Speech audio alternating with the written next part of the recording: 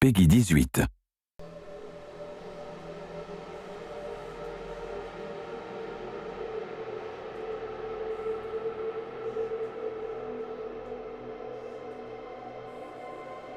everyone, I'm Joel Leschler, a producer from 2K Australia. Hi everyone, I'm James Lopez, producer at Gearbox Software. And we're here to show you a walkthrough of our E3 demo for Borderlands The Pre-Sequel. Hope you enjoy it. Alright, so we're actually going to be playing through as Wilhelm during this playthrough, and we're selecting his action skill now, which is his ability to spawn these two drones, Wolf and Saint. Wolf is an attacking drone, while Saint is more of a buffing regen drone. We're going to go down the Cyber Commando skill tree. This one's really cool because if fans remember Wilhelm from Borderlands 2, he was just a giant loader with a human head on top, but in this game it's his origin story and he starts out just as a man, but you have the ability by going down this skill tree to start turning him into that giant robot that he was in Borderlands 2. We're selecting the Power Fist skill here, and you'll see that they actually replaced his arm with this robotic one. This one's really cool because it'll deal extra melee damage and you can actually attack enemies from further away. And if you look at the Shock Absorbers one, which replaces his leg with a robotic leg, this allows you to shoot and reload while you're sprinting, which can come in really handy. The Meteor Slam is also really useful because the butt stomp or ground pound or slam or whatever we're calling it today is really powerful in Borderlands The Pre-Sequel. When you're playing in low gravity, you're able to do this huge amount of damage when you slam down to the ground. And that's about all the skill points we can use right now, but we're pretty close to leveling up again. So when we do, we're going to show you the Vengeance Cannon, which is Wilhelm's capstone skill inside the Cyber Commando tree. Yeah. If you have a look here, we actually just shot an air geyser, and when these are shot, they shoot out this oxygen which replenishes your Oz kit, but it also propels you up in the air. And the higher you get, the more damage you can do from your butt stomp. So if you hold that crouch button, you slam down on the ground, you deal this huge amount of damage to enemies on the ground. Yeah, geysers are a great way to do a slam immediately instead of having to kind of like prime yourself for it. You can hop on one of those and just immediately move off it and slam someone into oblivion if you want to. Here's another example of how the levels are informed by low gravity in Borderlands The Pre-Sequel. You're able to do these massive leaps and bounds, and really you have a lot more freedom as a player. The scope of travel has increased so much. And we're able to use the air boost by venting some oxygen. You're actually able to go even further by propelling yourself forward or even higher. Yeah, and it's cool that we have these abilities. They obviously come with some cost on the oxygen meter, but we get plenty of ways for you to get that oxygen back. You know, we've got oxygen canisters that drop when you kill enemies. We have the air geysers. We have other like cracks in the ground that air can come out of. They won't give you that jump, but they will give you back your oxygen. We also have oxygen generators. And even like certain Oz kits will allow you to create an oxygen bubble whenever you do a slam attack. Now these enemies that we're fighting at the moment, the Kragans, they're some of the moon beasts. They're essentially these moon rock monsters, but because this is Borderlands, they absorb elemental attributes as well, and these ones have absorbed cryo damage. We have a lot of liquid methane around this area of Elpis, and they've kind of inherited those abilities, and they're kind of doing cryo damage towards you. But you have the ability to kill them, but what's really interesting about these guys is when you kill them, they actually shatter into two smaller Kragans. Yeah, so you might start off one-on-one and feel like you've got a pretty even fight, but as they break into smaller groups and become more numerous, you might have a really big fight on your hand. Alright, why don't we try and show off Wolf and Saint here, Wilhelm? Alright, so Wilhelm just deployed Wolf and Saint. Those are his two drones. Wolf is going to go out and cause some trouble. Saint's going to stay fairly close by to replenish Wilhelm's shields as if they ever drop. Now, our Wilhelm player is pretty pro, so you know, might need to get a little bit of a more challenging fight for him. You can see these beautiful ice particles. With the new cryo element that we brought into the game, you can freeze and shatter any enemy, and depending on which angle you attack these guys from, they're actually going to float off into low gravity in that direction. If you slam down an enemy while they're frozen, you're actually going to split them in half and watch their ice chunks float off. Yeah, that's really cool because the way that they shatter is always kind of customized to like whichever way you hit them.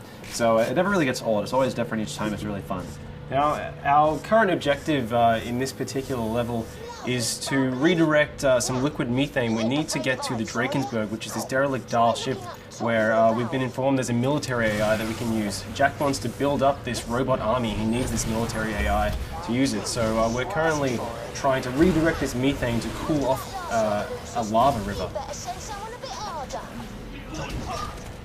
Now, we were just fighting the Kraken, but over here you can actually see that some of the scavs are actually riding them, which you know, you gotta watch out for because you have two enemies attacking you, and whenever you kill one of these Kraken riders, you might get a couple of little Kraken riders coming out of them. You see Wilhelm was also using these jump pads, so along with the oxygen geysers, we have these Dahl jump pads which are placed throughout the levels, and some of these shoot you straight up into the air, and other ones kind of propel you really far forward.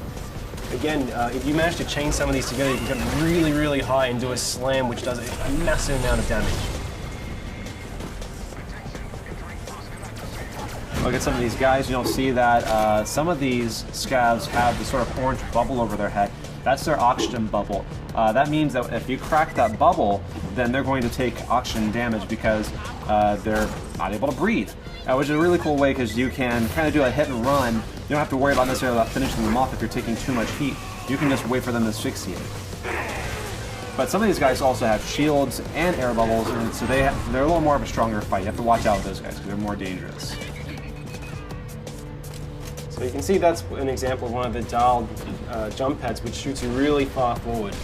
And here we have some of the Dahl jet fighters, and they're going to fly around and try and do a huge amount of damage to you. So Wilhelm is doing pretty well. Yeah, that was a spot-on hit. That was really good. Oh no, but you fell off the side. That's okay because we've got plenty of jump pads. We have a lot more verticality in Borderlands now than we ever did before. So there's not necessarily any one way to get to this objective. Really, all you have to do is just find either a jump pad or a way to jump from platform to platform. Yeah, something really great about the low oxygen, it allows you to traverse these maps really, really quickly. So because you can make these massive leaps and bounds and you have these jump pads, you're able to get from one end of the map very, very fast and really get an edge on enemies. All right, now it looks like we just leveled up.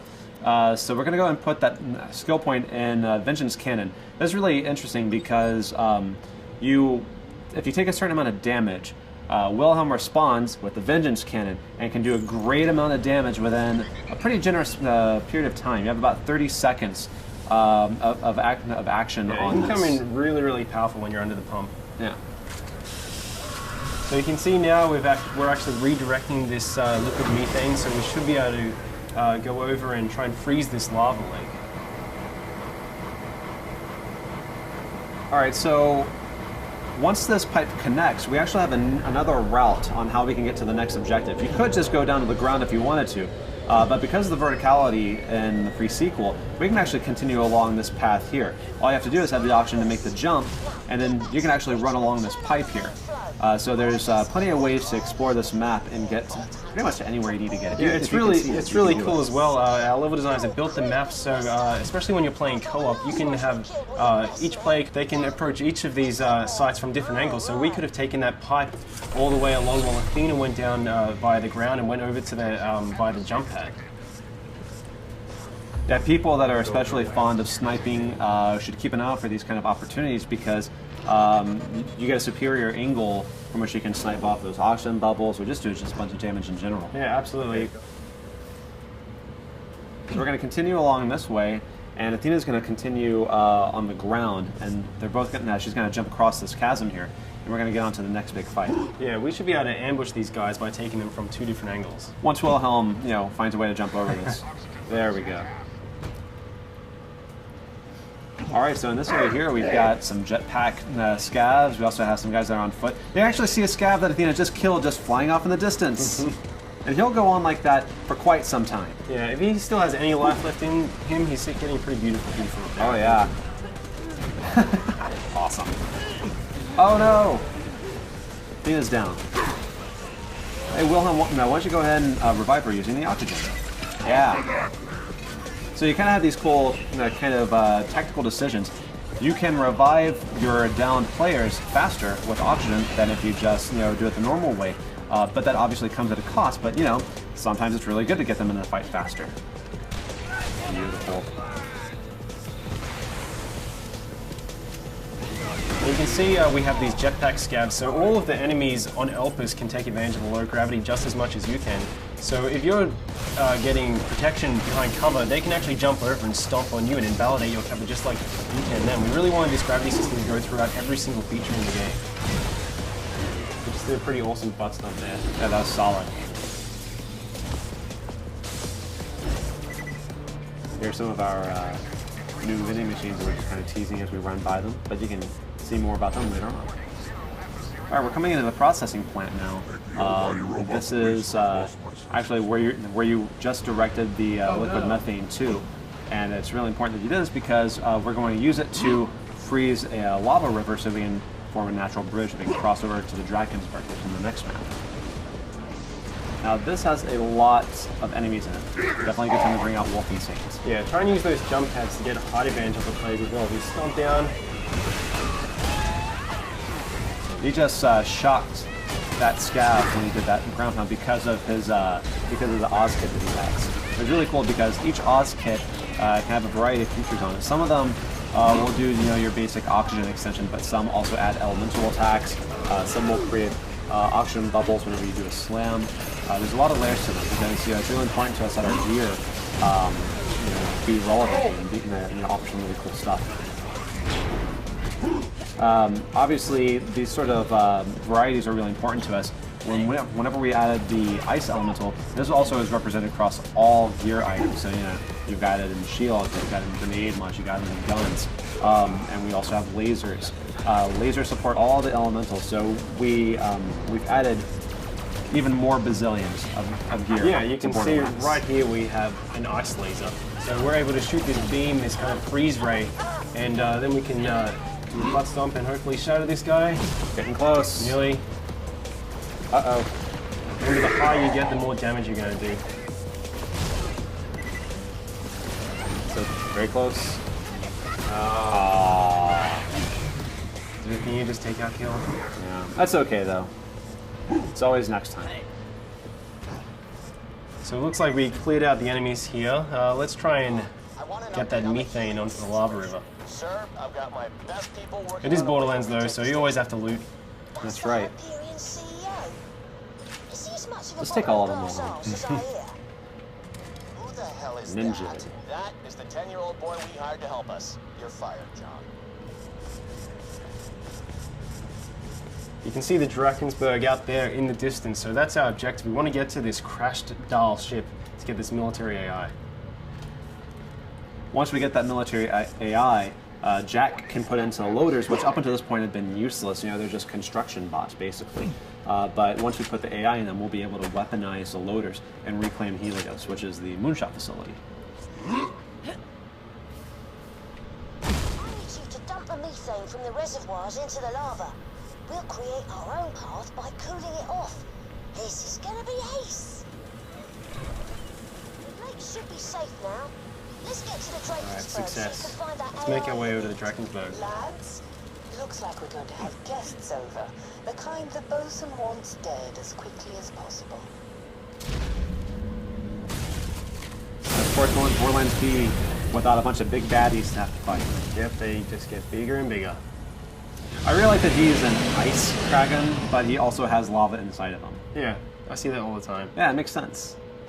All right, guys, and that's our E3 demo. We hope you enjoyed seeing it. Please stay tuned for more pre-sequel news.